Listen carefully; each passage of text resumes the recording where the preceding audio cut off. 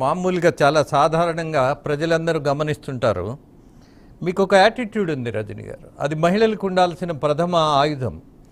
పోలీసులు మీ దగ్గరికి వచ్చి మిమ్మల్ని పదే పదే అరెస్టు చేస్తామని బెదిరిస్తూ ఉంటే మీ స్టైల్లో ఏం చెప్తారో తెలుసా? అరే విసుగొస్తుందిరా, తొందరగా అరెస్టు చేయండిరా బాబు అని మీ స్టైల్లో అనేస్తారు. అలాగే మన శిరీషకు కూడా ఒక స్టైల్ ఉంది. తొక్కిన కొద్దీ, నెట్టిన కొద్దీ, అలాగే కొట్టిన కొద్దీ పైకి లేవటం అనేది తన సహజ లక్షణం.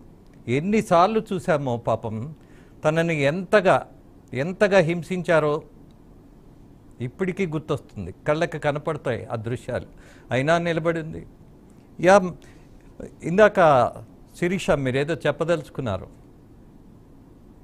సార్, అది బాలకోటయ్య అన్న వాళ్ళు చేస్తున్నారంటే వాస్తవానికి ఆ విద్యలన్నీ కూడా తెలిసిన వాళ్ళు వైసీపీ వాళ్ళు సార్. వాళ్లే అలాగ చేసుకుని వాళ్లే రెచ్చగొట్టి ఎదుటి వాడిని రెచ్చగొట్టి గొడవలకు ప్రోత్సహించి వాళ్లే చేసి ఎదుటి వాళ్ళ మీద నిందలు వేయటం వాళ్ళ నైజం సార్. నాకు తెలిసినంత వరకు టీడీపీ వాళ్ళు చాలా క్రమశిక్షణ, జనసేన వాళ్ళు కూడా చాలా క్రమశిక్షణతోనే ఉన్నారు సార్.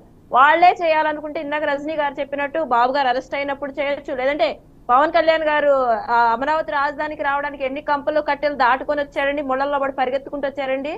ఆ రోజు చేయలేరా? ఏ బాబు గారిని అరెస్ట్ చేసిన రోజు చేయలేరా? పార్టీ ఆఫీస్ మీద దాడి చేసినప్పుడు చేయలేరా? మా అమ్మని అవమానించినప్పుడు చేయలేమా? కానీ ఇది మొత్తం ఇప్పుడు చేసేది కూడా జగన్ నాటకమే. ఈ దాడుల వెనుక కూడా జగన్మోహన్ రెడ్డే ఉన్నాడు. అది అనవసరంగా కూటమి వాళ్ళ మీద వేస్తున్నారు.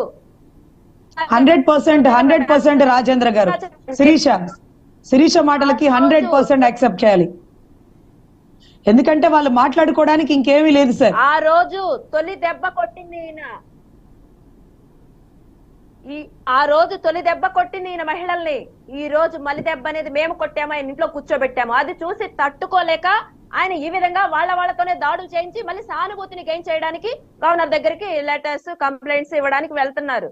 ఇది ఎక్కడ న్యాయం సార్?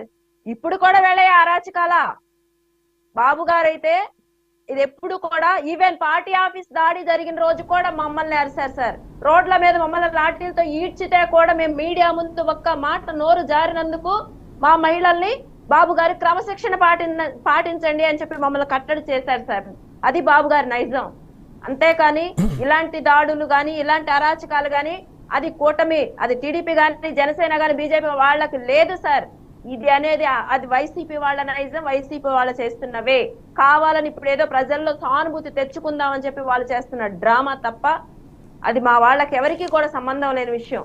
కాబట్టి పోలీసులకు ఆ డ్రామా తెలుసు కాబట్టి పట్టించుకోవట్లేదు, వాళ్ళ ఇష్టం అండి. ఓకే శిరీష, అలాగే మీ ముగ్గురికి నాదొక అభ్యర్థన ఉన్నది. రజనీ గారు, మీరు అమరావతి రైతుల పక్షాన పోరాడినటువంటి సంఘటనలు, అలాగే అక్కడ ఎమోషన్స్లో మీరు నిలబడి వాళ్ళకి ధైర్యం చెప్పినటువంటి సందర్భాలు, అలాగే బాలకోటయ్య గారు మీరు చేసినటువంటి ఉద్యమం, నిలబడినటువంటి తత్వం, అలాగే శిరీష, మీ అందరినీ ఇప్పుడు అభినందించడంతో పాటు మరొక విషయాన్ని మీ దగ్గర ఒక అప్పీల్ చేయదలుచుకున్నా. నిన్న కూడా అదే అప్పీల్ చేశాను అమరావతి రైతుల దగ్గర. ఎవరైతే చనిపోయారో అమరావతి